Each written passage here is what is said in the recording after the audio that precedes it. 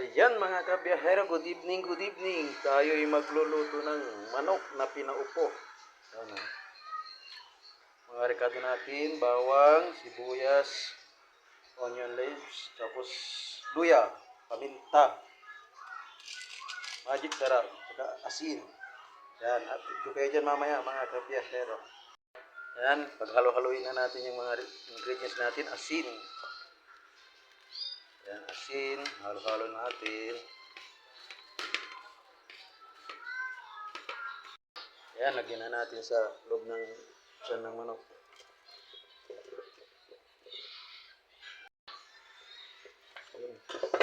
Masin-masin para yung lasa manuot sa loob ng manok. Yeah. Yan, salang na natin yung ating pinaupong manok.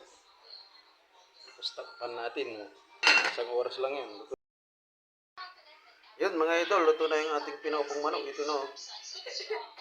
Yung sarsa niya mga idol, masarap. Ang ano sa kanin.